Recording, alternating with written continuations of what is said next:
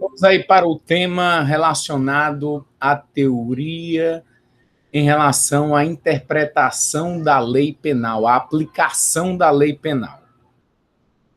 Tema que está baseado em slides que separei, com jurisprudências dos tribunais superiores, STJ, STF, com base em uma doutrina moderna, predominante, o que mais cai em provas de concurso público, em especial prova da OAB, e tudo isso para que você possa aliar a prática com a teoria. Então, com a teoria, com a fundamentação, com a base teórica que você vai ter, você vai poder resolver qualquer problema, qualquer situação que chegue ao seu conhecimento. Me permita, então, fazer aqui a apresentação da aula de hoje, com o apoio de alguns slides. Vamos começar falando sobre a topologia do Código Penal. Essa topologia, ela demarca onde o Código Penal tem a sua parte geral e sua parte especial.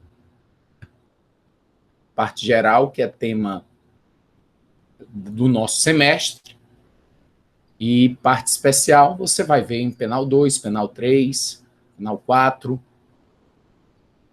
Essa topologia do Código Penal, ela vai dividir o Código Penal entre parte geral e a parte especial. O Código Penal tem 361 artigos, vai até o 361, mas não quer dizer exatamente que só possuam 361 dispositivos no próprio Código Penal. Por quê?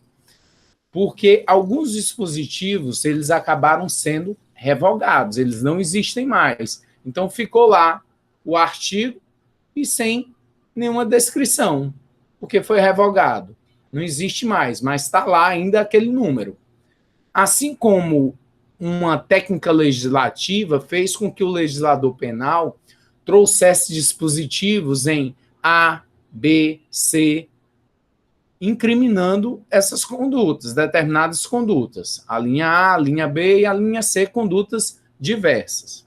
No último estudo que eu fiz em relação ao levantamento acerca de quantos crimes, de fato, existem no nosso ordenamento jurídico penal, eu contabilizei 1.688. Já está com um tempinho. Então, não vou cravar atualmente quantos dispositivos nós temos, mas a última contagem foi 1.688 dispositivos incriminadores. Condutas que são consideradas como crime, descrição, definição de conduta com a respectiva sanção penal. Porque o Código Penal, ele tem essa parte geral, parte especial, que vai do artigo 1º ao 361. Mas não somente existem dispositivos penais no Código Penal. Existem outras leis que são chamadas de especiais ou extravagantes. Como, por conta de quê? Porque para uma simplificação, para uma melhor organização. Não havia como trazer dentro de uma mesma compilação todos os dispositivos incriminadores. Aí, para determinados assuntos, houve a criação de uma lei, e nessa lei, em alguma parte, tem algum capítulo descrevendo condutas criminosas, como é o caso do Estatuto de Desarmamento, o Código de Trânsito, a lei ambiental, a lei antidrogas. Então, determinadas situações necessitaram de leis específicas. E assim, em um ponto, trouxe lá descrição de conduta, sanção penal.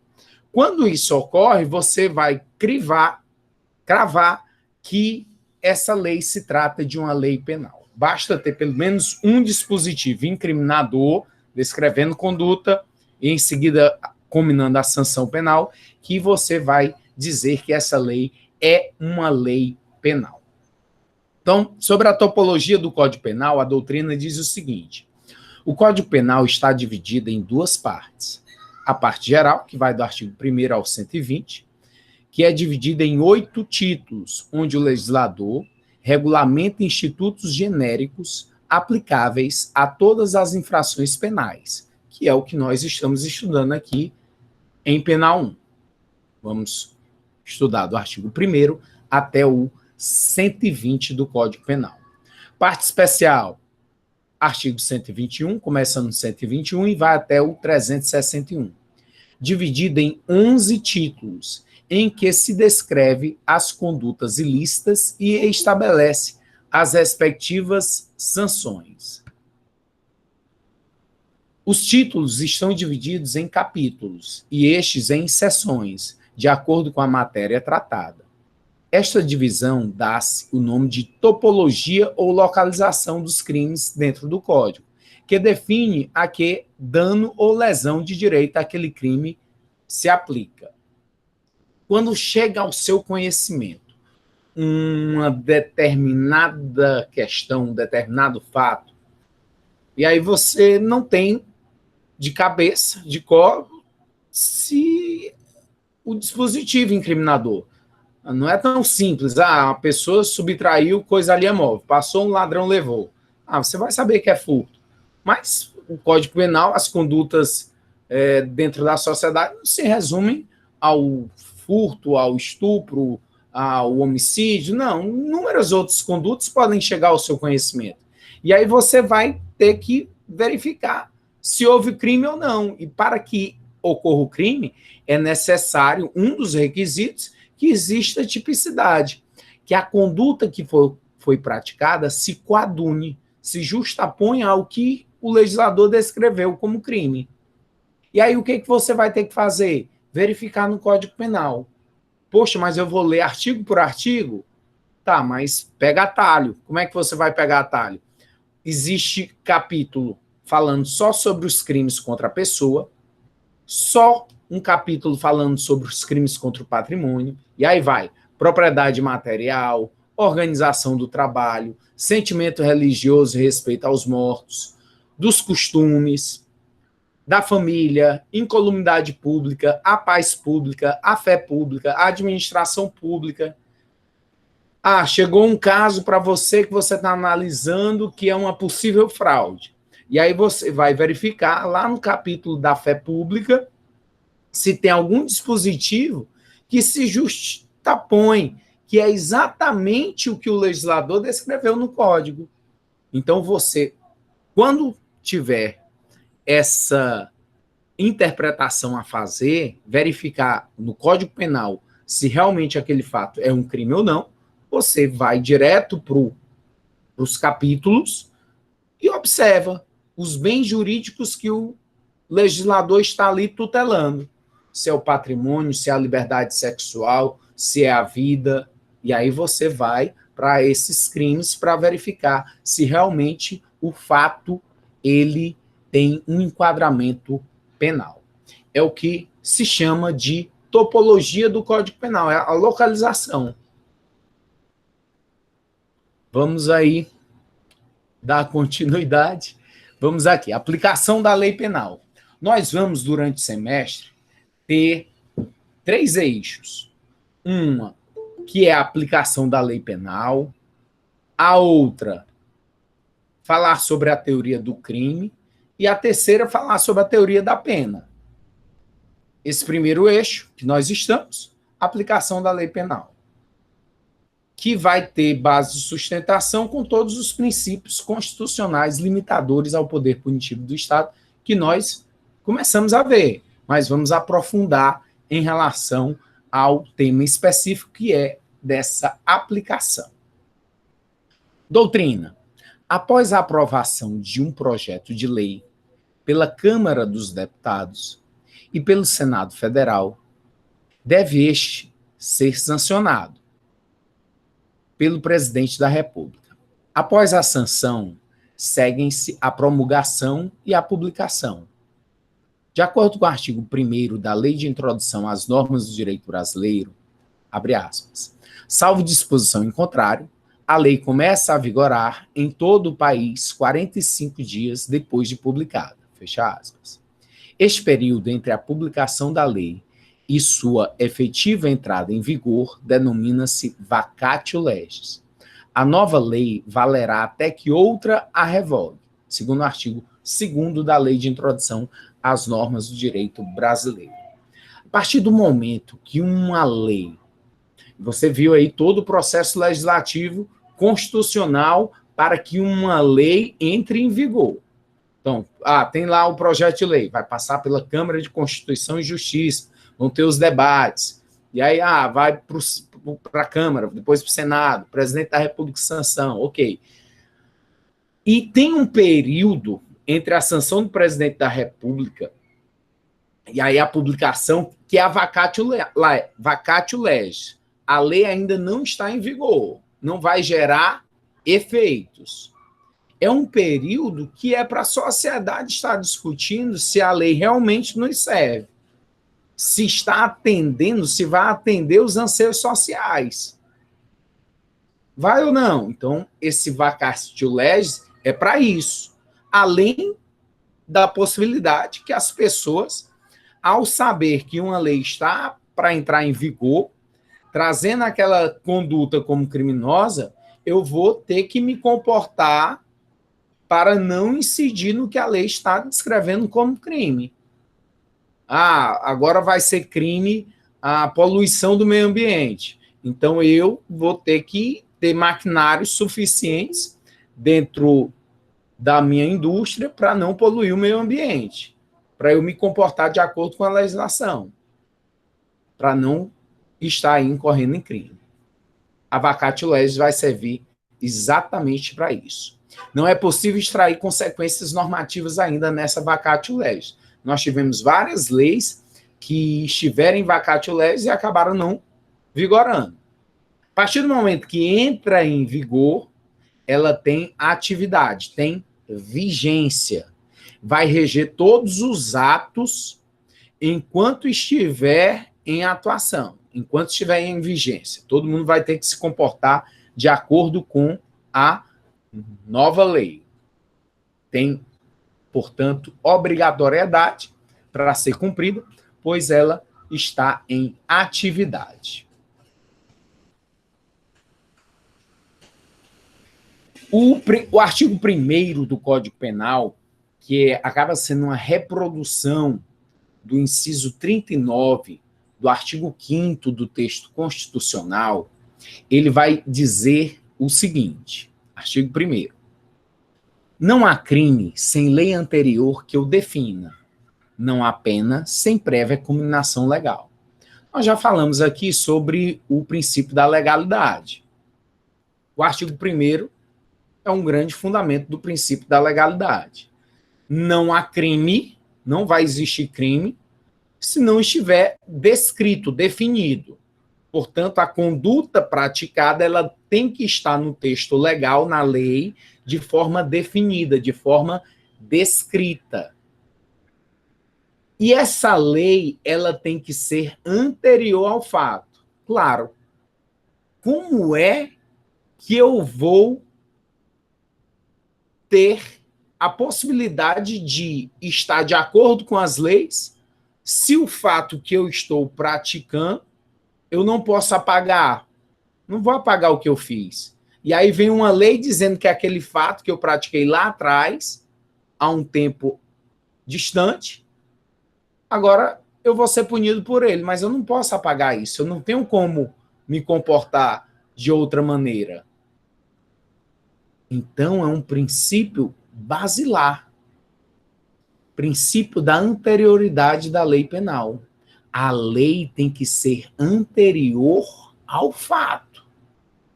Você não pode apagar o que está para trás. Eu tenho que saber que a lei descreve a conduta como crime e eu vou ter um poder discricionário de cometer ou não um crime. Eu sei exatamente qual a possibilidade de consequência, qual tipo de pena, se eu tenho estrutura para cumprir essa pena. E aí eu decido em cometer ou não um crime. Porque eu já sei a regra do jogo. Eu sei que o Estado vai me punir. mas o Estado também tem limites. E o Código Penal acaba sendo uma garantia do cidadão para contra o Estado. É uma garantia, ó, tá aqui o Código Penal, tá aqui a lei, tá descrito, a sanção penal é essa, então o Estado só vai poder me apenar dessa forma. E a lei tem que ser anterior, sob pena do Estado estar traindo a minha confiança, porque está me punindo por uma coisa que eu não posso apagar. Regra da anterioridade da lei. Consequência dos fundamentos da legalidade. A exigência de lei penal incriminadora apenas garante o indivíduo quando o permite conhecer a proibição de determinada conduta antes de praticá-la. Ou seja, apenas a conduta anteriormente definida em lei como infração penal pode ser punida. Dívida. Eu posso vir a ser punido por dívida? Não, não posso. Não é crime você não conseguir inadimplir um acordo comercial, por exemplo. Não, a dívida não é crime. Em regra, não é crime. Ah, eu estou devendo aluguel. Eu estou devendo uma conta ao Estado. Vou ser punido? Não. Por quê? Porque não vai existir nenhuma descrição de condutas como essa com sanção penal, com imposição de pena. A questão da prisão civil, o Hugo está colocando aqui, não haverá prisão civil por dívida, salvo do responsável pelo inadimplemento voluntário e inexcusável de obrigação alimentícia e a do depositário infiel. Hugo, vou fazer uma retificação aqui no seu posicionamento. Professor. Na informação. Só um instantinho, Felipe. Sim, senhor. Sim, senhor. Hugo, a prisão civil em decorrência do inadimplemento de pensão alimentícia tem natureza civil, não tem natureza penal, não é processo criminal, não gera antecedentes criminais. É apenas uma forma que o juízo civil, lá da vara de família, tem de possibilidade de compelir esse indivíduo que não está pagando a pensão alimentícia a pagá-la, sob pena de prisão. E aí ele fica lá no máximo 3 meses. Mas a natureza é totalmente diversa. Não é a prisão civil por falta de... pelo inadimplemento de pensão alimentícia, uma questão criminal. E só o adendo aí em relação à sua informação, a do depositário infiel não é permitida. Não há prisão do depositário infiel.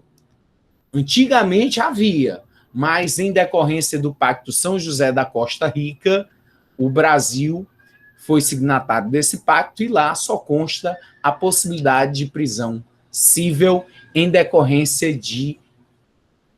do inadimplemento de pensão alimentícia, e não de depositário infiel. Felipe, foi esclarecido aí, o Felipe parece que estava com um posicionamento semelhante ao Hugo. Se tiver ficado alguma dúvida, Felipe, aí você me diz. Não, professor, é referente a isso mesmo, a prisão civil pro depositário fiel, que eu tinha lido, estava lendo, se eu não me engano, no artigo 5º da Constituição tem, né, que não tem mais prisão por conta do depositário fiel, só pensão alimentícia. Perfeito. Som automotivo aí não é crime. Ah, eu tenho um som, tenho um paredão de som. A prefeitura tem sua organização, tem legislação da Câmara dos Vereadores e em algumas cidades a administração pública tem esse poder de polícia de apreender equipamentos de som. É possível? É.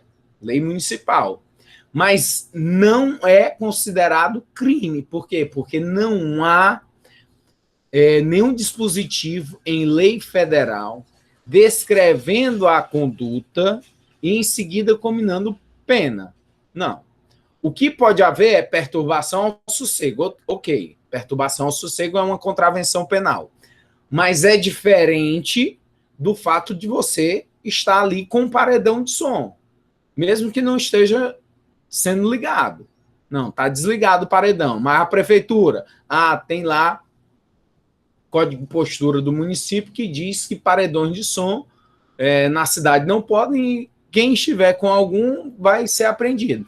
É uma questão administrativa, não é uma questão penal. Para o som automotivo, só o fato de você possuir som automotivo, isto não constitui crime. Por que não é crime? Porque não tem na lei, não está descrito no ordenamento jurídico essa situação como criminosa. Por esse fato, a lei tem que ser anterior ao fato. A lei tem que estar definida. O fato tem que ter uma definição, uma descrição.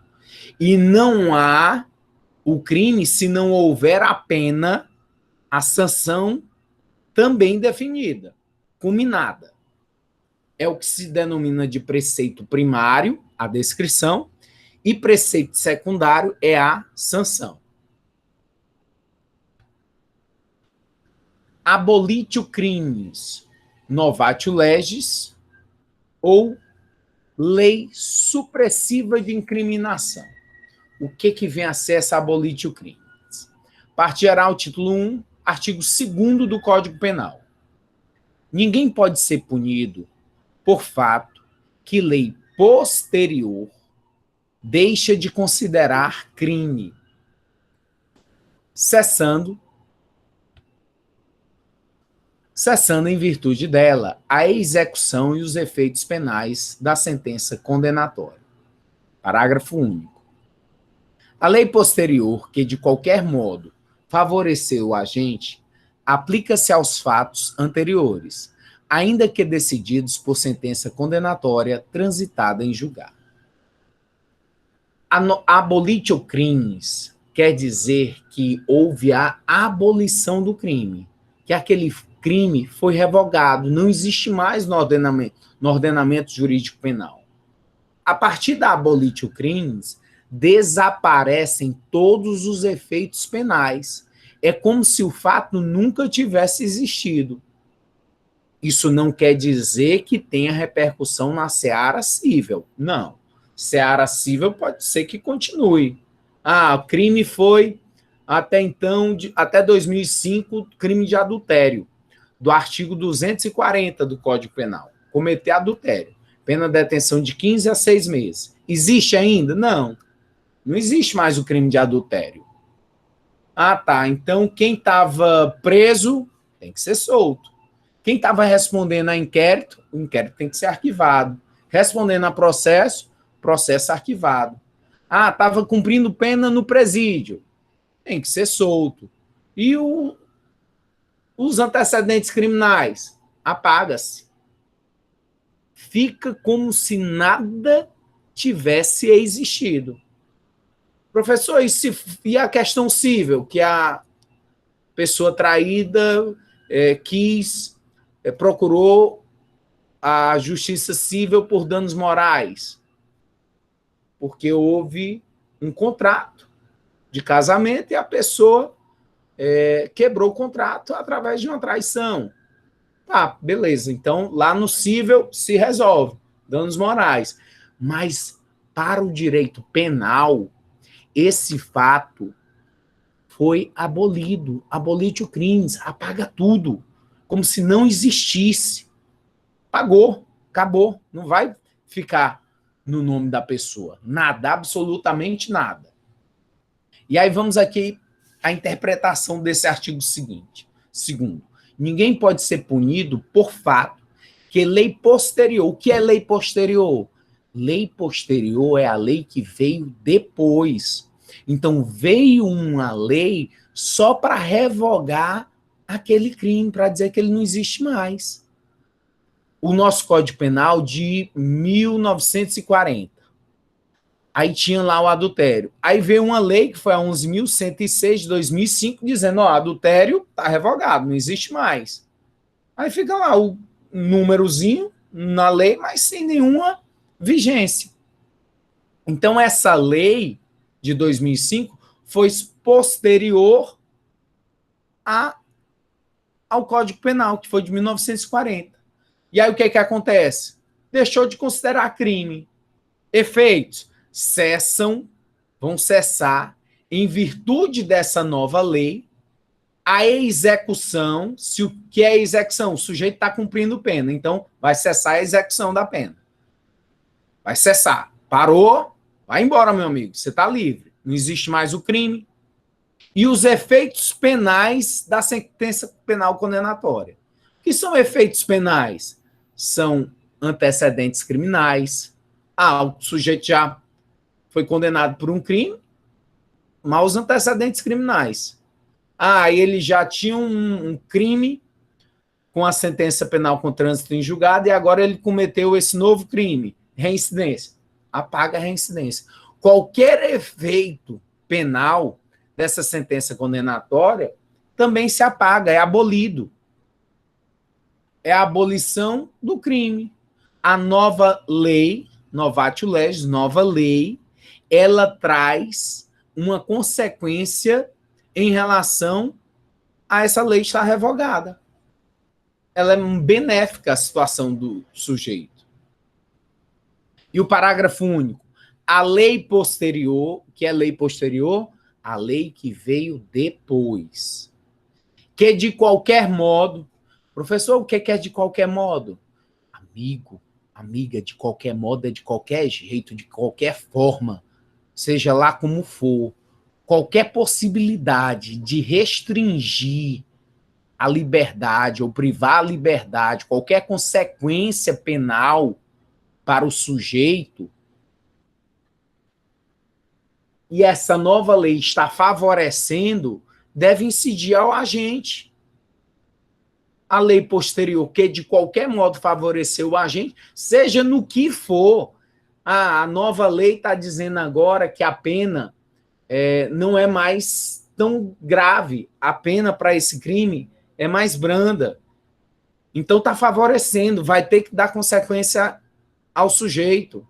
A nova lei está dizendo que o fato não é mais crime. A nova lei está dizendo que a forma de cumprir a pena, o regime prisional, ou fechado, ou semiaberto, ou aberto, mas a forma agora é mais suave, é mais branda, a lei está favorecendo de alguma forma. Então, essa lei tem que ser interpretada de forma integral para dar o benefício ao agente. Professor, por que acontece isso? Porque entende-se que a lei nova ela é melhor elaborada, que a lei nova ela atende os anseios da sociedade. Se a lei nova é melhor e atende os anseios da sociedade, eu não posso estar sendo punido de uma forma mais grave por uma lei que, quando eu pratiquei o fato lá no passado, e agora essa lei nova tem que ser aproveitada da minha pessoa, que estou aqui cumprindo pena. Se de alguma maneira, no mínimo que for, ela estiver me favorecendo, vai ser aplicada a mim. E se a sentença penal já tiver transitado em julgado? Não interessa. O sujeito está lá no último ano de cumprimento da pena.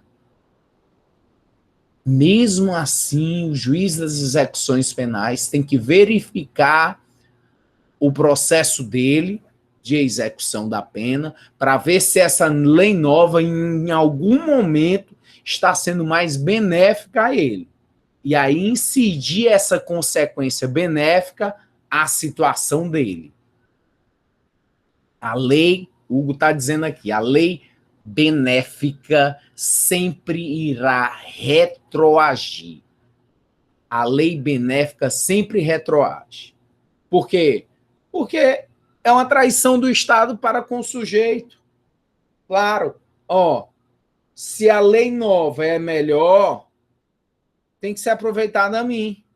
a sociedade não está vendo mais que é tão grave o fato que eu pratiquei lá atrás, por que o Estado não vai dar esse benefício à minha pessoa?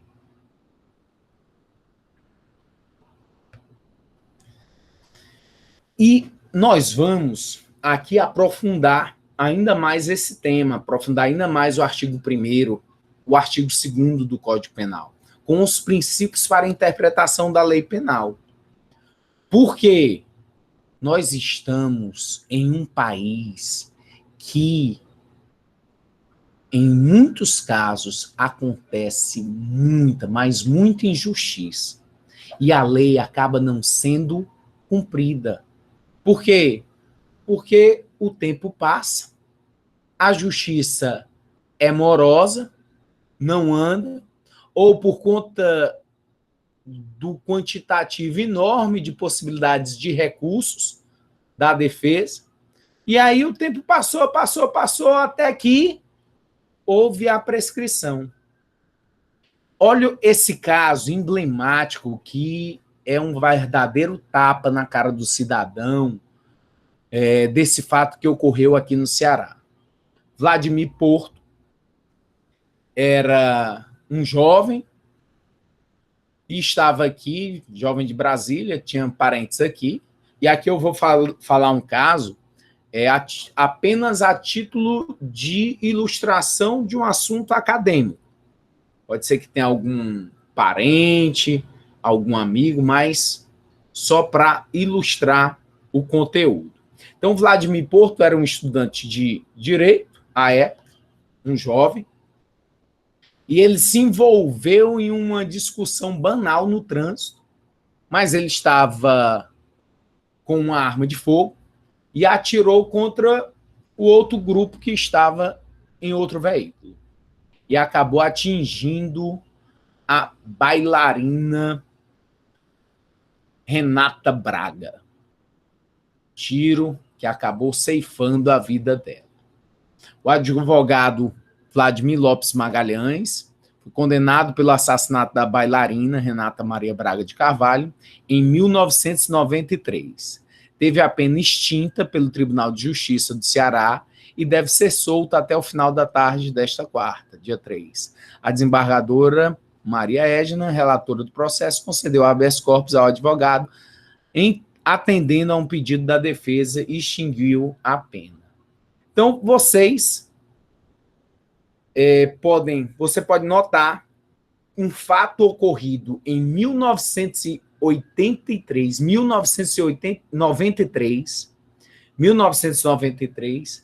e o sujeito ficou preso em flagrante, poucos meses preso. Depois que foi solto, nunca mais cumpriu um dia de prisão. E o tempo passou, de 93 até 2017, quando ele iria cumprir a pena, foi dito o quê? Não, está extinta. Extinguiu a pena, ele não tem mais que cumprir. O Estado é que vai ser punido por não ter exercido seu ius puniendi, seu direito de punir a tempo, e aí atingiu-se o marco da prescrição. 20 anos, 10 anos, pronto, tem um marco lá, e um dos dispositivos do Código Penal, que tem lá uma tabelinha só para questão da prescrição. E atingiu a prescrição. E aí você pensa, professor, e em relação ao nosso tema? O senhor está ilustrando aí, então, que um processo pode durar muito tempo. Pode durar décadas. E fora a duração do processo, da data do fato, até ele ter a sentença penal com trânsito em julgado e começar a cumprir pena, ainda tem outro lapso temporal, que é o quê? O cumprimento da pena. Imagine ele ter que cumprir 20 anos de prisão.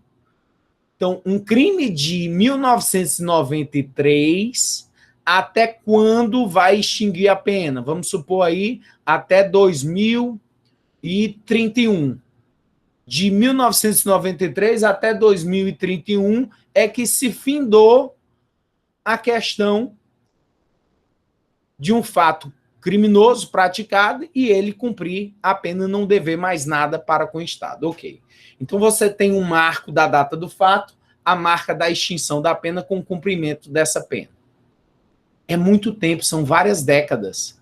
O que é que pode ter ocorrido durante esse período, durante esse tempo? Alteração da lei, mudança legislativa. Sobre o quê? Sobre o mesmo fato. De repente, na época do fato, a pena do crime de homicídio, o legislador punia com pena de 4 anos a 8 anos. Depois de 10 anos, o legislador mudou a lei, agora é de 6 a 20. Aí, recentemente, a pena não alterou. Então, para o mesmo fato,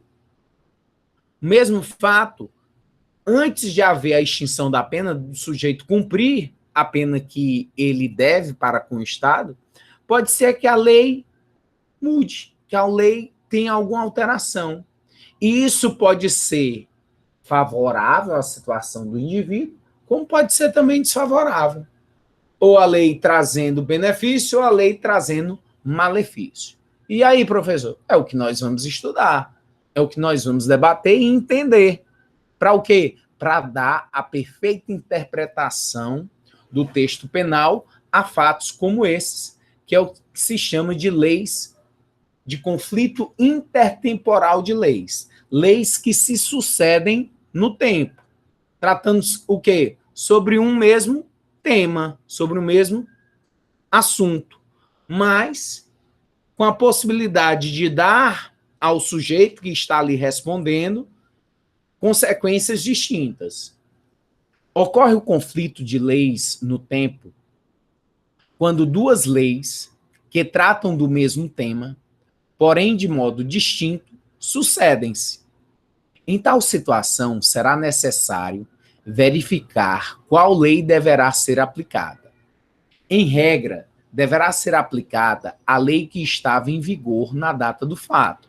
Tempus rege actum. Contudo, existem algumas exceções. Então, qual é a regra? Bom, eu vou cometer o crime.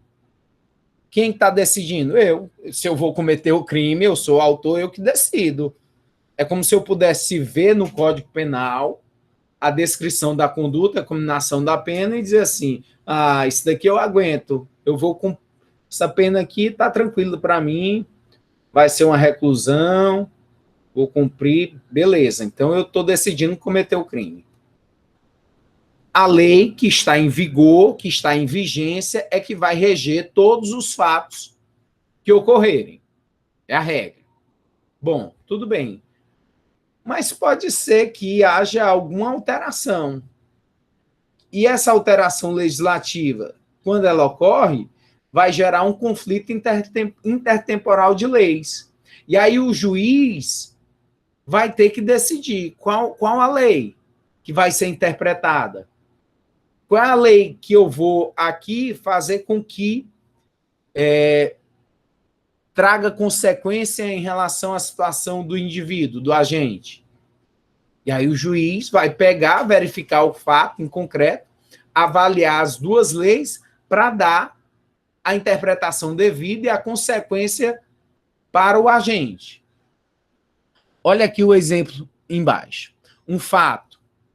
Estava vigorando a lei 1. Se for a mais favorável, aplica-se a regra geral, tempus rege actum. Então, tinha uma lei, estava em vigência, eu pratiquei o crime sabendo da lei, estava em vigor, e aí vai surgir uma nova lei. Eu não está extinta a minha pena, eu não cumpri minha pena ainda. Então, está aqui ainda tendo processo, eu ainda estou cumprindo a minha condenação. O fato é, não extinguiu a pena, ainda devo, ou estou sendo processado. E essa nova lei, ela não é favorável à minha pessoa. Essa lei não vai ter o poder de retroagir, de voltar ao passado e alcançar a minha pessoa, o agente, do fato que eu pratiquei. Por quê? Porque havia uma lei que estava em vigor, então ela que vai reger todo o encaminhamento. Mas essa nova lei, por ela ser desfavorável, maléfica, ela é irretroativa. Irretroativa, ela não retroage, ela não volta ao passado. O juiz, portanto, irá ter que, no dia do meu julgamento, me julgar conforme a lei do tempo do ato, do tempo que foi praticado o fato. Se o juiz condenou, o juiz de primeiro grau condenou, depois que ele condena, por uma questão de organização administrativa das varas criminais, principalmente nas capitais, existe um juiz que é chamado de juiz das execuções penais. É ele que tem que zelar pelo preso. Então, se tiver algum benefício a ser dado em decorrência da nova lei ser favorável ao agente, aí é esse juiz, o juiz das execuções penais, que vai trazer esse benefício. Vou já trazer uma súmula do STF sobre esse tema. O que é o princípio da irretroatividade da lei penal? Que vem a ser a irretroatividade da lei penal. Está dentro do texto constitucional, é um princípio expresso, no artigo 5º, inciso 40. Diz o seguinte: a lei penal não retroagirá, salvo para beneficiar o réu. Texto curto, texto claro. A lei penal, ela não volta para o passado. Pelo menos não se for em malefício.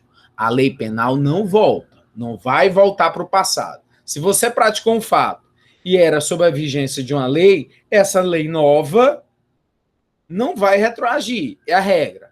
Ah, mas se essa lei for benéfica, ela retroage, ela volta para o passado e quando o juiz for te julgar, é em relação à nova lei. Por quê?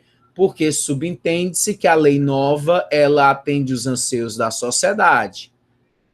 Se a sociedade está vendo que esse fato não é merecedor de sanção tão grave ou de uma qualidade de pena diferenciada, mas de forma maléfica ao sujeito, então não deve retroagir porque estaria traindo a confiança do sujeito para com o Estado, porque quando ele praticou o fato, era por aquela lei que estava em vigor. Então, a lei penal, ela é irretroativa se ela for de forma maléfica. A lei maléfica não retroage. A lei benéfica sempre retroage. Se, por exemplo, houver um conflito entre duas leis, a anterior, mais benigna, e a posterior, mais severa, aplicar-se-á a mais benigna. A anterior será ultrativa, por sua benignidade, e a posterior será irretroativa, por sua severidade. A lei posterior ou anterior, que seja menos favorável, denomina-se lex gravior e não pode ser aplicada aos fatos ocorridos antes de sua vigência. Esse caso que está aí no slide foi em 1992. 1992, eu estava ainda fazendo o segundo ano lá no Piauí. Entrei na faculdade em 94. Então, em 92 aconteceu esse crime e o julgamento se deu em 97. Já estava na Unifor, já quase concluindo, faltando um ano para concluir meu curso. 97 foi o julgamento. Para quem não tomou conhecimento desse fato, nós temos muitos aqui que não eram nascidos a essa época, o crime ocorreu com a Daniela Pérez, filha da escritora Glória Pérez, escritora de novelas. A Daniela Pérez fazia um par romântico com Guilherme de Pádua.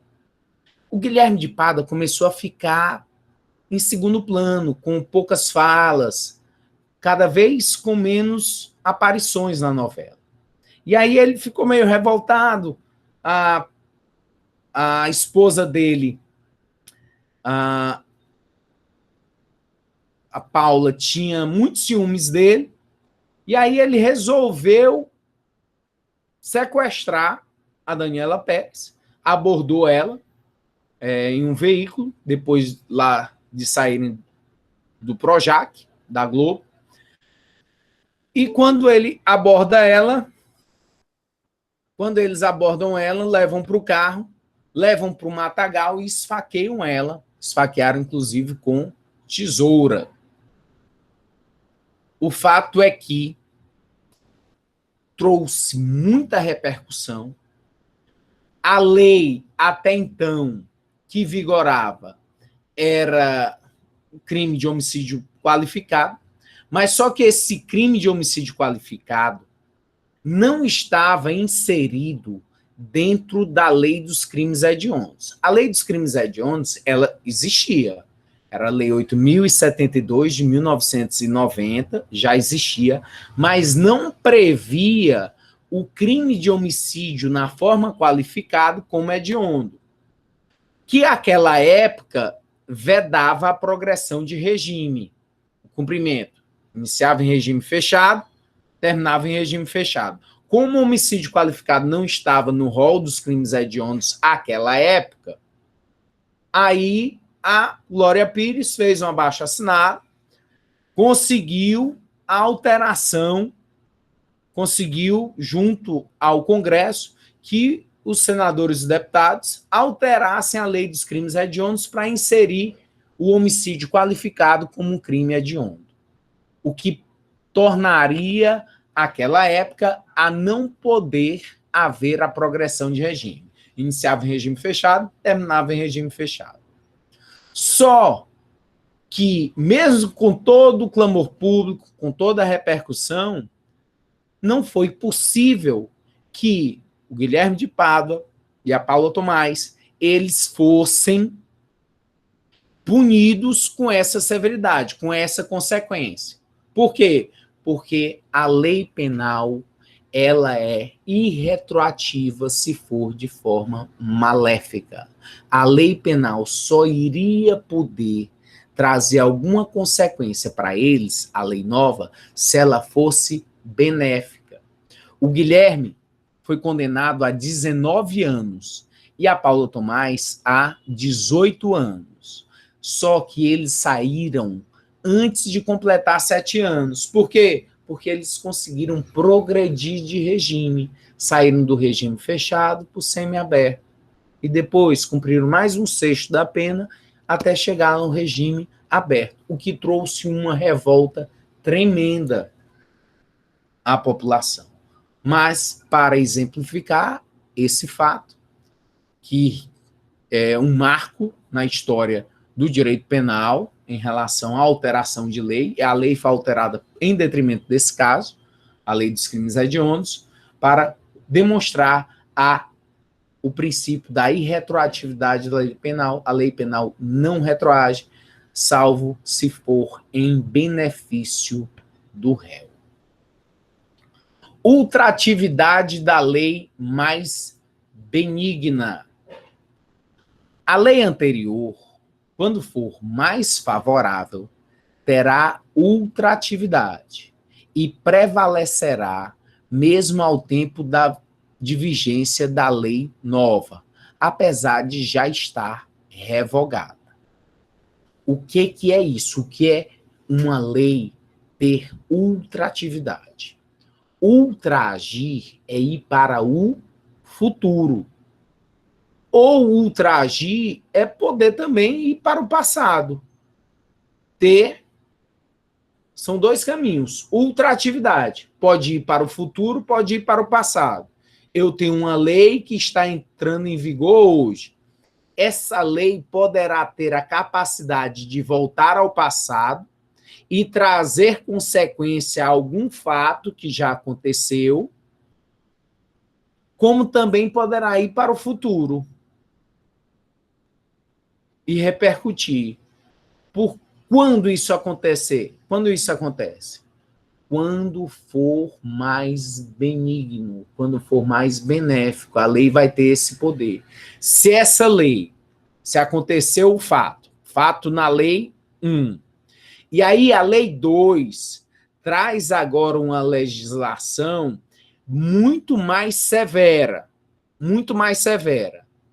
Entre a lei 1 e a lei 2, a lei 1 vai ter ultratividade. Por quê? Porque a partir do momento que a lei 2 entra em vigor, a lei 1 não tem mais vigência, está revogada. A lei 2 ela está trazendo um conteúdo incompatível com o que a lei 1 dizia. Então, a lei 1 está revogada.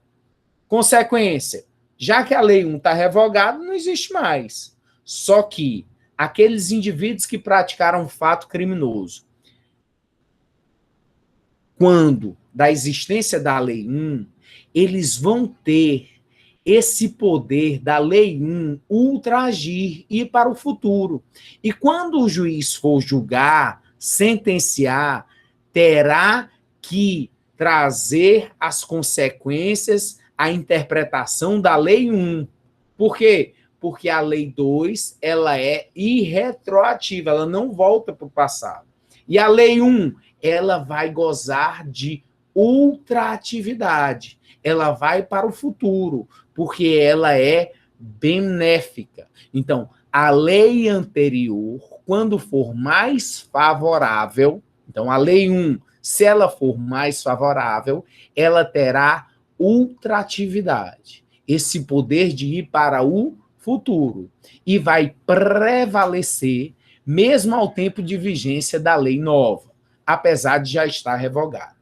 Olha o exemplo que eu trouxe aqui para você em relação à alteração que ocorreu no pacote anticrime de dezembro de 2019, que alterou o Código Penal. O Código Penal foi alterado pela Lei 13.964, que inseriu no artigo 157, parágrafo 2º do Código Penal, parágrafo 2º-B, diz o seguinte: é uma qualificadora em relação ao crime de roubo. Se a violência ou grave ameaça é exercida com emprego de arma de fogo, de uso restrito ou proibido, aplica-se em dobro a pena prevista no caput deste artigo. Professor, isso quer dizer o quê? Que todos aqueles que praticaram um crime de roubo, um roubo com violência, e estavam usando arma restrita ou arma proibida. O bandido foi lá com a metralhadora. Ok, é uma arma proibida. Tá. Então, todos aqueles que praticaram esse fato antes de dezembro de 2019 vão ter a pena em decorrência do que era antes. Não vão ter a pena dobrada. Aqueles que, a partir de dezembro de 2019, 24 de dezembro de 2019, praticaram o crime de roubo com arma restrita ou proibida, eles vão ter a pena dobrada. Essa lei, ela não vai retroagir, não vai para o passado. Por quê? Porque ela é maléfica. A lei só retroage se ela for benéfica. Quem praticou o crime lá em julho de 2019, e aí o juiz está condenando hoje, juiz criminal, já houve o processo, o juiz está sentenciando hoje, não poderá utilizar o artigo 157, parágrafo 2º-B, que trouxe a aplicação em dobro da pena. Vai ter que utilizar a interpretação da lei anterior. A lei anterior, que não previa esse dispositivo com a pena dobrada, vai gozar de ultratividade. Ultratividade da lei mais benigna. Lá, Leidiane está com com a pergunta. Boa Estou, noite. professor, boa noite. Professor, quando no preceito primário ele fala aí de uso restrito ou proibido, então não é qualquer arma de fogo, né? Ele está restringindo de uso restrito ou proibido. O que quer dizer? Leidiane, obrigado pela participação, pela pergunta. Existe o decreto presidencial, ele trouxe uma classificação em relação a tipos de arma.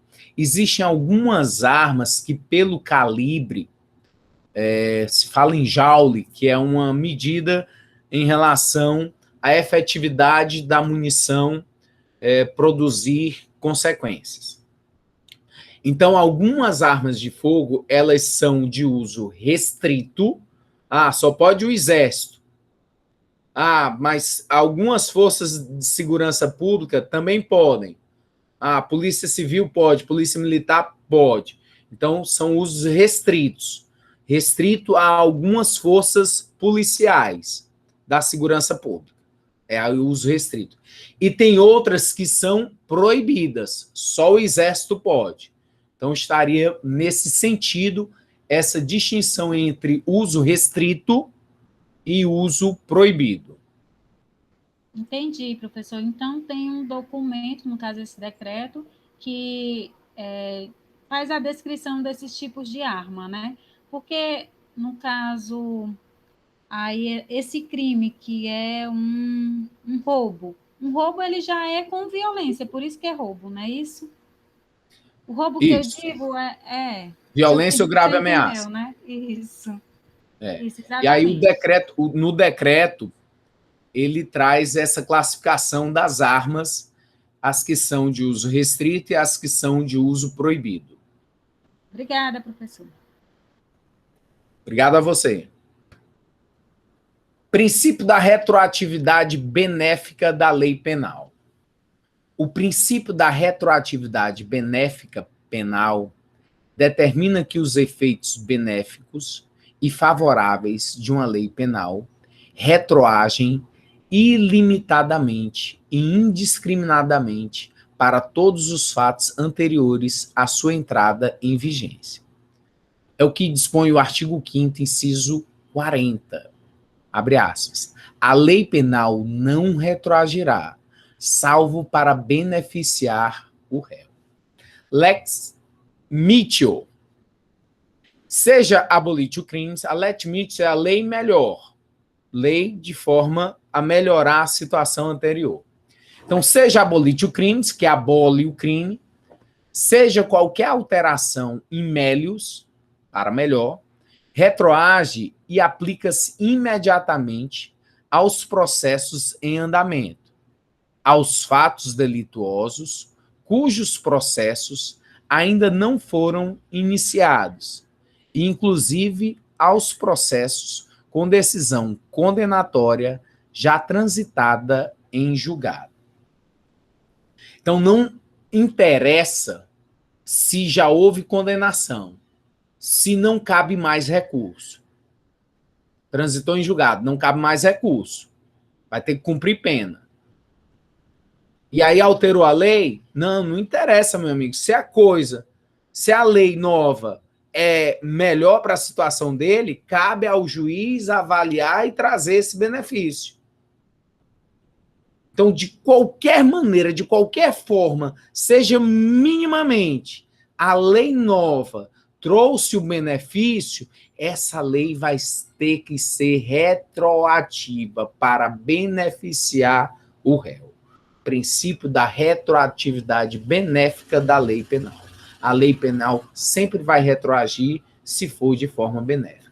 Olha o que aconteceu a partir de 2006, quando foi alterado a lei antidrogas. A lei antidrogas, a lei 11.343 de 2006, alterou o conteúdo da lei que tratava sobre as drogas. O artigo 28, que está relacionado à posse de drogas, o indivíduo que é pego com drogas, presumindo que essa droga era para seu consumo.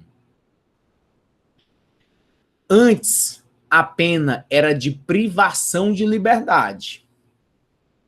A partir de 2006, o legislador disse não se pune mais com privação de liberdade.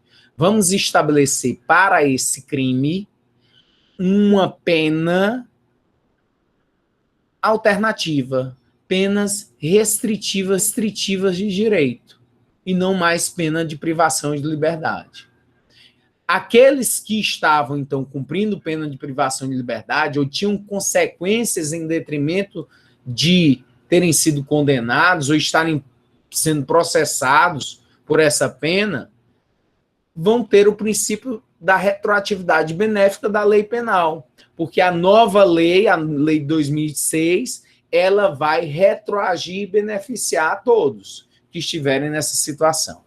Olha aqui o que o legislador alterou e trouxe como nova descrição em relação à posse de drogas, presumindo para consumo. Artigo 28. Quem adquirir, guardar, tiver em depósito, transportar ou trouxer consigo para consumo pessoal, drogas sem autorização ou em desacordo com determinação legal ou regulamentar, será submetido às seguintes penas. Inciso 1. Advertência sobre os efeitos das drogas. 2. Prestação de serviços à comunidade. 3. Medida educativa de comparecimento a programa ou curso educativo. Então, não se impõe mais privação de liberdade para aquele que foi pego na posse de drogas que se presume para consumo pessoal. Medidas alternativas. Então, aqueles que estavam com penas de privação de liberdade tiveram, então, o princípio da retroatividade da lei penal benéfica. Tiago está perguntando se responde a um processo penal. Responde, Tiago, em detrimento de continuar sendo crime.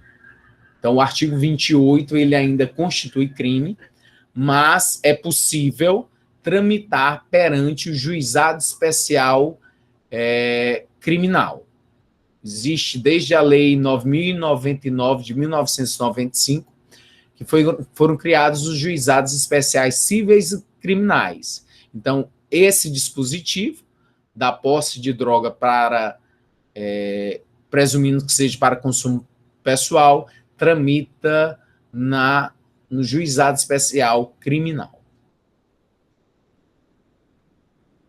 A Leidiane está perguntando se as penas são cumulativas. Entende-se que sim, Leidiane, as penas são cumulativas. Ele tem que cumprir essas penas. Advertência, o juiz vai conversar com ele, dizer os efeitos que a droga pode causar a ele os efeitos das drogas, aí vai prestar um serviço à comunidade, alguma creche, alguma escola, e medida de comparecimento ao programa educativo. O Tiago, professor, um TCO pode virar um processo penal? Tiago, o TCO também que foi trazido a partir da Lei 9.099 de 95, com a criação dos juizados especiais cíveis e criminais, no artigo 69, ele dispõe que os crimes punidos com pena máxima não superior a 2 anos, eles podem tramitar perante o juizado especial criminal. E, a partir do momento em que o sujeito ele decide assinar um termo de compromisso de que irá ao juizado, quando for notificado, a ele não se impõe prisão. Ele assina o termo, comparece e fica respondendo ao processo, ao procedimento no juizado especial. Então, o TCO vai para o juizado especial e vira um processo. Mas no juizado especial, você tem outras possibilidades, como a suspensão condicional do processo, tem a suspensão condicional da pena, que São remédios, são institutos jurídicos possíveis para não se chegar a uma condenação. Espero aí ter esclarecido.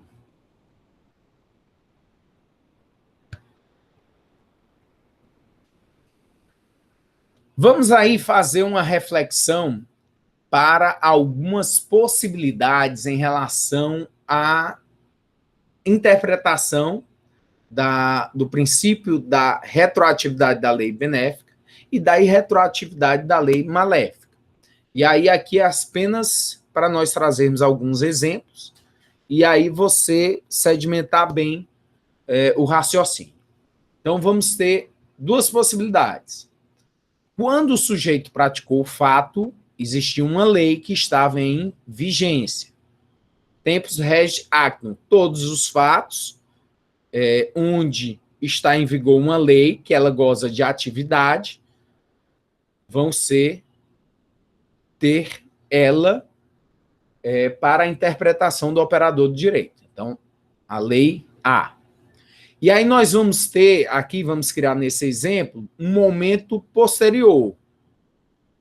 Um momento que veio depois, o surgimento de outra lei. Então, nós vamos fazer um comparativo com leis que se sucederam no tempo. Duas leis. E aí vamos ver as possibilidades. Quando o sujeito praticou o fato, não existia essa lei A. Não existia qualquer lei sobre o fato. E aí, posteriormente, vinha uma lei descrevendo aquela conduta. Por exemplo, ele praticava incesto. O incesto com a filha maior de idade, de forma consentida. Que crime é esse? Zero crime, porque não tem uma descrição. Se ela tem capacidade de entender, de discernir, ela tendo maioridade, mas ela decide manter relações sexuais com o pai, é o incesto. Lá na minha igreja vai descomungar todo mundo, vão ser expulsos, mas é uma questão moral, e aí o direito penal não se preocupa com moral de ninguém, está apenas para o que seja realmente mais pernicioso à sociedade. Então, eles fizeram isso, não tinha nenhuma lei descrevendo como crime, mas aí vai surgir uma lei agora dizendo, essa conduta é crime, incesto é crime. O que acontece? Irretroatividade da lei, porque ela é maléfica. A lei posterior, que de qualquer forma trouxer malefício ao sujeito, não vai retroagir. Princípio da anterioridade da lei. Não tinha nenhuma lei descrevendo o crime, então, anterioridade da lei. Segunda possibilidade. Quando o sujeito praticou o crime, tinha a lei A. E essa lei A previa como pena entre 2 a 4 anos. Reclusão de 2 a 4 anos. O sujeito estava respondendo processo, ou já tinha sido condenado e estava cumprindo pena, já com trânsito em julgado de sentença penal condenatória, isso é irrelevante, se ele estava sendo processado, se era inquérito policial, se ele estava cumprindo pena. O fato é, houve o surgimento de uma nova lei descrevendo sobre aquele mesmo fato, aquela mesma conduta, uma forma diferente, por consequência. E essa nova lei, ela trouxe uma pena maior. Agora a pena para esse crime não é mais de 2 a 4 anos, é de 3 a 8. O que vai acontecer? Irretroatividade da lei penal. A lei B é irretroativa porque ela é maléfica à situação anterior. Então o Estado não pode trair o sujeito e fazer com que ele agora pegue uma pena mais elevada. Ele não pode apagar isso daqui que ele fez. Então, vai trair o Estado? Vai trair a confiança? Não. Não pode fazer isso. Outra possibilidade. A lei A previa a pena de reclusão de 2 a 4 anos. O sujeito está lá sendo processado, ou agora já está condenado. Vamos ver. A outra lei, a lei A é abolida. A lei abolicionista é retroativa. Ou seja, se agora diz, essa lei aqui não fazia sentido, o legislador está dizendo, não fazia sentido, vou revogar. A população, a sociedade, a coletividade não se importa com esse tipo de crime. Não tem mais por que existir. Pode ser resolvido no civil, no administrativo, mas não precisa mais de sanção penal. Então, essa lei A, que foi abolida, volta aqui, ó, acaba tudo, todos os efeitos. O máximo, efeitos cíveis, mas não penais. Qualquer consequência penal é abolida por conta da abolitio crimes. Quarta e última possibilidade aqui dos nossos exemplos. A lei A, que estava em vigor quando ele praticou o crime, previa a pena de 2 a 4 anos. Vem a lei B agora para dizer que essa pena é de 1 a 2 anos. Poxa, de 1 a 2 anos? Antes era 2 a 4, e a lei nova está dizendo que a pena é de 1 a 2 anos. E essa lei nova, se ela é nova, ela é melhor, ela é mais bem elaborada, ela atende o anseio atual da população. É justo que essa lei, ela retroaja, ela volte ao passado e albergue aqui o que aconteceu. E o sujeito que está respondendo o processo, quando o juiz for condenar, não condene pela pena que existia antes da lei A, que era de 2 a 4, não, mas pela nova lei, que deve retroagir, voltar para o passado e alcançar aquele fato. E ele ser punido por essa nova lei, que tem uma previsão de 1 a 2 anos. Se o sujeito estava já cumprindo pena, estava lá no presídio, cumprindo uma pena de 3 anos. Vamos supor que ele estava cumprindo pena de 3 anos no presídio. E agora? Como é que faz? O juiz das execuções penais, o juiz que tem que interceder sobre todas as situações do sistema prisional, do cumprimento da pena do preso, ele vai ter que pegar o processo em relação à condenação e dar o benefício. Meu amigo, eu vi aqui que você foi punido com a pena de 3 anos. À época, a pena era de 2 a 4. Então, você está cumprindo uma pena de 3 anos e você já cumpriu 2 anos. Poxa, eu tenho que te mandar embora. Tu cumpriu 3. Tu já cumpriu 2. E a pena máxima aqui é 2. Qual é o sentido mais de você estar aqui? Não, vou fazer você ir embora. Se não fosse tão simples assim, de ele já ter cumprido a pena, mas que tivesse ainda de fazer alguma interpretação acerca do quanto de pena ainda seria necessário para ele finalizar e extinguir a pena para com o Estado, de não mais dever nada com o Estado, o juiz de execuções iria, através de princípios como da equidade, da igualdade, da justiça, ter o equilíbrio suficiente para dar a esse sujeito o benefício que a nova lei trouxe, de não mais entender que aquele crime fosse tão grave ou que tivesse uma pena tão elevada quanto era antes. Lei mais benigna. Como se pode apurar a benignidade da lei? Como é que a gente avalia o que uma determinada lei possa vir a ter de benefício ou de malefício? Será que é única e exclusivamente em relação ao quantum de pena? Só quantum de pena? Não. Tem mais coisa aí que pode ser consequência para o cumprimento da pena também. A questão do regime prisional. Se é regime fechado, é presídio de segurança máxima. Se é regime semiaberto, é colônia agrícola ou industrial, é menos maléfico. E até o regime aberto, que é o cumprimento em uma casa de albergado, que ele fica lá livre durante o dia e dorme na casa de albergado, numa casa que o governo do estado constrói no centro urbano, só para os presos estarem cumprindo essa pena.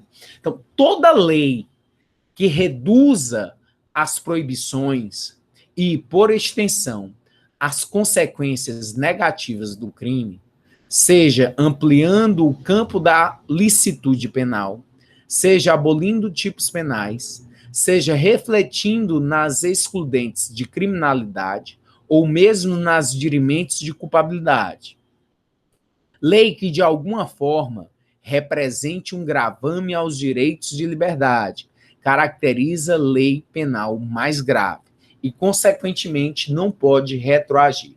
Então, é importante que o operador do direito esteja visualizando, interpretando a lei nova e fazendo o comparativo em tudo que possa ser limitador à liberdade do indivíduo.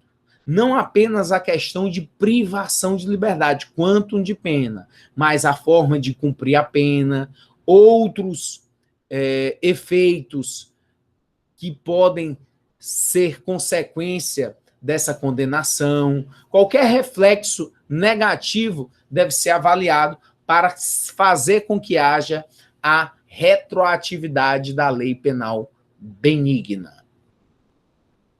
Combinação de leis. Fazer uma combinação. Pegar retalho de uma lei e ir costurando. Professor, mas não entendi. Como assim combinação de leis? Porque pode ser que não seja tão simples assim. A gente pegou lá o exemplo da Renata Braga, da bailarina que foi morta, e entre 1993, época do crime, e 2017, época que houve a prescrição da extinção da punibilidade, e eu nem falei para vocês, relembrando aqui, que o Vladimir Porto, o advogado, morreu ano passado, vítima de um ataque cardíaco. Então, ele está descansando em algum lugar lá embaixo. Ok, sim. Aí, a data do fato e a data da extinção da pena pode ser muito longa o tempo decorrido. De 1993, e o sujeito vai terminar o cumprimento da pena em 2031. E aí? Várias leis se sucedendo, 1, 2, 3, o legislador ávido por mudança legislativa. Pode ser que aconteça. Aí você tem ali 3 legislações, 3 leis que se sucederam no tempo. Qual a melhor? Qual? Eu vou aplicar qual? Então, isso se discutia muito. E aí a doutrina entendia de um jeito, os tribunais superiores de outro. Olha, pega uma, pega um pouquinho de outra, pega um pouquinho, e aí vai aproveitando.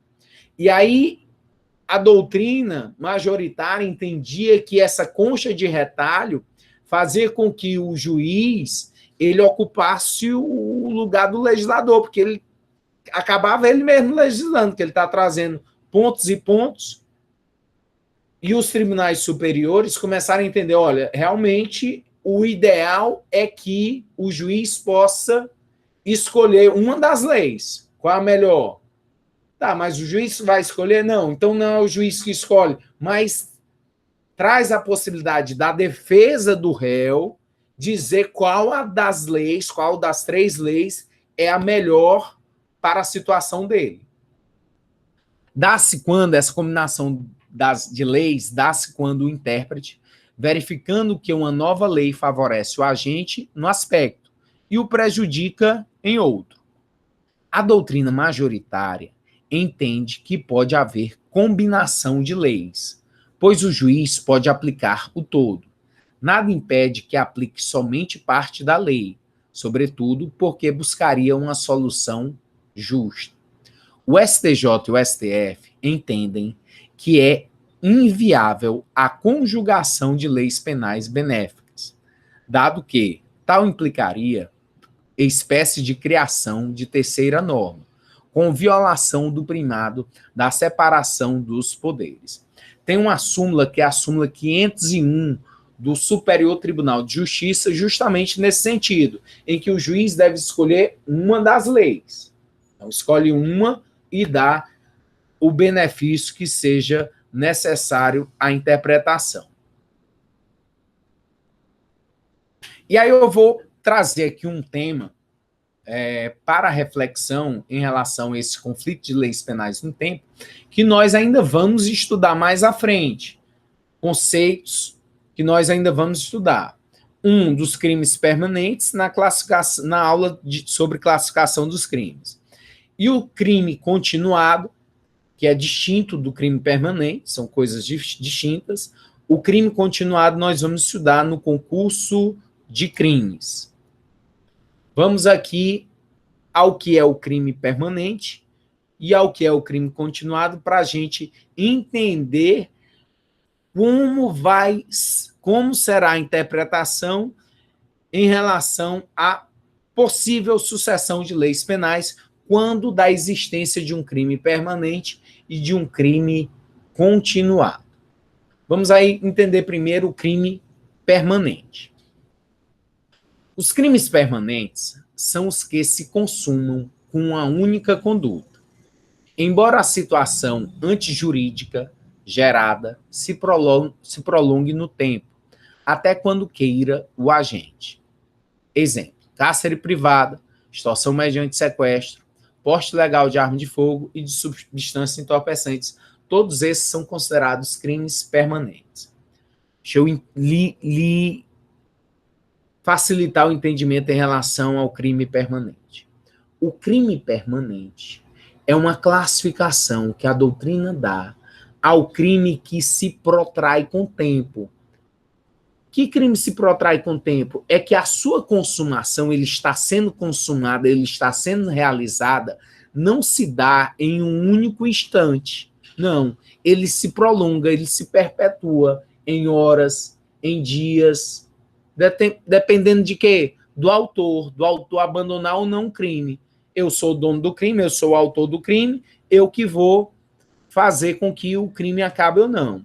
Por exemplo, no cárcere privado, eu estou mantendo uma pessoa em cárcere privado. Até quando? Até a hora que eu quiser. A não ser que a polícia chegue aqui e tire a pessoa, ou que a pessoa fuja, mas o crime é do autor, eu que estou mantendo, eu que estou consumando, realizando o crime, eu estou mantendo essa pessoa em cárcere privado. Estou mantendo ela hoje, amanhã, depois de amanhã, uma semana, um mês, 2 meses, 3 meses, a pessoa em cárcere privado. São quantos crimes? Um único crime. Só que é um crime que se protrai com o tempo. Mas é um único crime, não são vários crimes. Ocultação de cadáver. Eu estou ocultando um cadáver. A pessoa morreu e a família está procurando essa pessoa, mas eu que sei onde eu enterrei. O crime é de ocultação de cadáver. São quantos crimes? 1. Poxa, mas tem 1 ano que tu está ocultando essa pessoa. 1 ano que tu oculta esse cadáver. São quantos crimes? Um único crime. Só tem um crime. Mas é um crime que se protraiu com o tempo. É dito pela doutrina, classificado como crime permanente. Ah, tá certo. Então entendi. E o que tem a ver com o conflito de leis penais no tempo? Ora, se eu estou com um crime, é um único crime, que eu estou com ele aqui e durante 1 ano é o único crime, mas houve a sucessão de leis. E agora vem uma lei e diz que, olha, esse crime aqui tem uma pena agora que é diferente. É uma pena mais grave ou uma pena mais leve. O que é que vai acontecer comigo que pratiquei o crime? Diz o Supremo Tribunal Federal na súmula 711, seguinte sobre essa interpretação.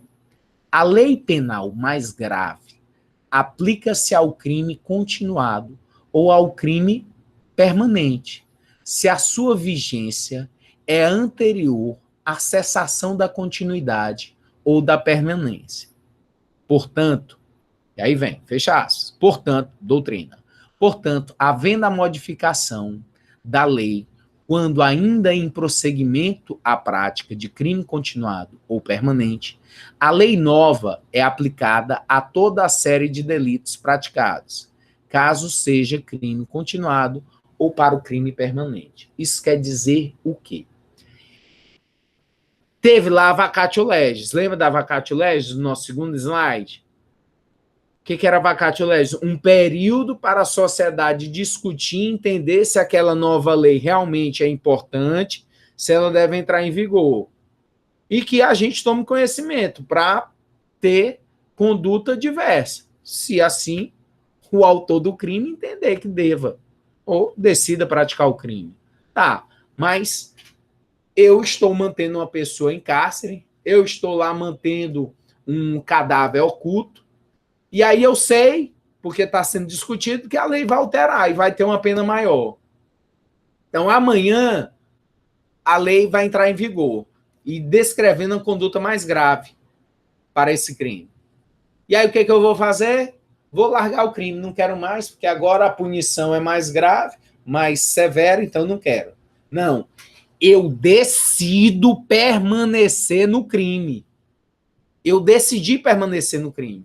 Embora quando eu comecei a empreitada criminosa era uma pena ou de alguma forma mais benéfico para mim, agora com a mudança da lei, que vai ser mais severa, mas eu decidi continuar, eu decidi permanecer no crime. E o que o Supremo Tribunal Federal entendeu? Que, meu amigo, se você decidiu permanecer, continuar no crime, a lei mais grave vai ser aplicada. Você sabia, então você não quis permanecer? Pronto, a lei mais grave. É disso que trata a súmula 711. Não adianta o sujeito, mas quando eu comecei o crime era a lei boazinha, eu quero isso para mim. Não, o Supremo disse não. Quando houver a sucessão, o conflito de leis penais no tempo, e se for crime permanente ou crime continuado, o que vai prevalecer é a pena mais grave. Imagine que fosse um indivíduo que tivesse 17 anos. Tinha 17 anos e 11 meses e começou lá a extorsão mediante sequestro. E aí, no aniversário dele, todo mundo cantando, parabéns para você, a vítima lá em cárcere, e ele atingiu maioridade. Poxa, atingiu maioridade, ainda está no crime? Tá, então, meu amigo, você agora já é maior, você já tem condições de discernir, de compreender o caráter ilícito do que você está fazendo, portanto, a lei não vai ser benéfica para você, você está dentro de um crime permanente, a lei penal mais grave vai aplicar ao crime permanente. Eu acredito que deu para entender o que é o crime permanente, que nós vamos voltar a falar sobre ele na classificação dos crimes, e vou trazer aqui um pouquinho do entendimento acerca do que é o crime continuado. O crime continuado, ele está previsto no artigo 71 do Código Penal. Nós vamos estudá-lo quando do estudo do concurso de crimes. O que é que o legislador diz ser o crime continuado? Quando o agente, mediante mais de uma ação ou omissão, pratica 2 ou mais crimes da mesma espécie e pelas condições de tempo, lugar, maneira de execução e outras semelhantes, devem os subsequentes ser havidos como continuação do primeiro. Aplica-se-lhe a pena de um só dos crimes, se idênticas, ou a mais grave, se diversas, aumentada, em qualquer caso, de 1/6 a 2/3. O crime continuado, ele é uma ficção jurídica. Ele não existe. É apenas uma forma que o legislador trouxe para dar um benefício legal ao agente, que ele praticou vários crimes, e se todas as penas de vários crimes que ele praticou fossem todas somadas, cada pena, cada crime, soma, aí a pena ia ser draconiana, ia ser elevadíssima, por um sujeito que praticou vários crimes, mas que pelas circunstâncias de tempo, lugar, maneira de execução, devem ser consideradas, e assim considerou o legislador, como se fosse um único crime, um mesmo filme. Exemplo. Trazer um exemplo para que você vislumbre mais ou menos o que o legislador quis. Imagina, só para finalizar aqui o exemplo, aí eu passo a palavra. Ok. Imagine a camareira de um hotel. E essa camareira com a confiança do pessoal do hotel, da gerência do hotel, ela conseguiu lá, de alguma maneira, a chave mestra, a chave que abre todos os quartos. E aí o que ela começa a fazer? Ela pratica um furto em um hóspede. Levou lá $300. E aí, 2 dias depois, ela pratica outro furto em outro quarto de hóspedes. Aí o hotel vem ressarcindo todo mundo, procurando quem é o ladrão. Depois de uma semana, ela pratica outro furto. Sempre no mesmo modus operandi. 2 semanas, outro furto. 1 mês, outro furto. Ao total, ela pratica, em intervalo de 3 meses, 8 crimes de furto. E aí você vai ter a interpretação, querer ter a interpretação, já que é uma ficção jurídica, uma criação do legislador para dar um benefício legal ao agente, ao réu, de que esses crimes foram crimes continuados, que pela maneira de execução, mesmo sendo mais de um crime, maneira de execução, condições de tempo, lugar, maneira de execução e tudo que está à volta deles são considerados crimes continuados, o mesmo crime. E aí o que o legislador faz? O juiz não vai somar cada um dos crimes de furto, porque o certo é o juiz condena em um furto, condena em outro furto, 8 crimes de furto condenando. Aí a pena, lá em cima. Aí o legislador diz, não, juiz, vamos ser bonzinho. Como esse crime é um crime continuado, está dentro do conceito do artigo 71, você vai fazer o seguinte, você vai aplicar apenas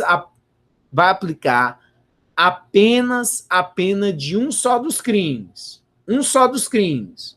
Qual crime? Furto. Mais aumentada, em qualquer dos casos, entre 1/6 a 2/3. Então, é um sistema denominado de sistema da exasperação. O juiz dá um benefício legal e aí faz com que essa pessoa não tenha uma pena tão elevada. Agora, se nesses 3 meses ocorresse a alteração legislativa em relação ao crime de furto, alterou uma lei que sucedeu a outra. Agora o crime de furto tem uma pena que é estipulada de 5 a 10 anos. E aí o que acontece? Súmula 711. A lei penal mais grave aplica-se ao crime continuado ou ao crime permanente, se a sua vigência é anterior à cessação da continuidade ou da permanência. Pois não? Professor, o senhor já falou que eu queria perguntar. Acabou de falar, obrigado. Show de bola. Esse princípio que eu coloquei aqui no comentário, professor, para não aplicar mais a mesma punição, assim, no mesmo fato. Tem muito tempo, a ver é parecido com o que o senhor disse? O princípio non bis in idem, ele corresponde a você não poder ser punido 2 vezes por um só fato. No caso aí não, do crime continuado, são vários fatos. E o juiz vai condenar por cada um dos fatos. É apenas uma benesse, uma forma que o legislador trouxe para beneficiar, mas a punição vai se dar por fatos distintos. Felipe está perguntando que se agrave com o tempo. Eu não entendi, Felipe. É porque, assim, professor, exemplo de ocultação de cadáver, certo? Certo. Vamos dizer que o cara que passe ocultado um tempo de 1 mês. Esse tempo de 1 mês é agravante? Não. Eu não recordo se o quantitativo de tempo ele seja uma causa de agravamento ou qualificadora do crime. Não recordo de ter uma qualificadora pelo fato do quantitativo de tempo. Mas o crime, ele existe e é só um crime, que é chamado de crime permanente. Então, tanto faz ser 1 mês ou 1 ano, mas é um único crime. A questão de agravamento da pena, eu acredito que não tenha nenhuma qualificadora em relação ao tempo do crime. Mas o fato do quanto dure essa ocultação de cadáver vai ser avaliada pelo juiz na primeira fase da dosimetria da pena, que são as consequências do crime. As consequências do crime, o juiz vai avaliar. Relação também às circunstâncias, tudo o juiz ele tem a possibilidade de elevar a pena na dosimetria da pena, mas não acredito que não seja um caso de qualificar o crime, o quantitativo de pena. Professor, obrigado, viu? Valeu, um abraço. Por aqui eu me despeço. Vamos dar continuidade à matéria na próxima aula. Até quarta-feira. Forte Obrigado, abraço. professor. Boa noite. E até lá. Tchau, tchau. Boa noite. Abraço.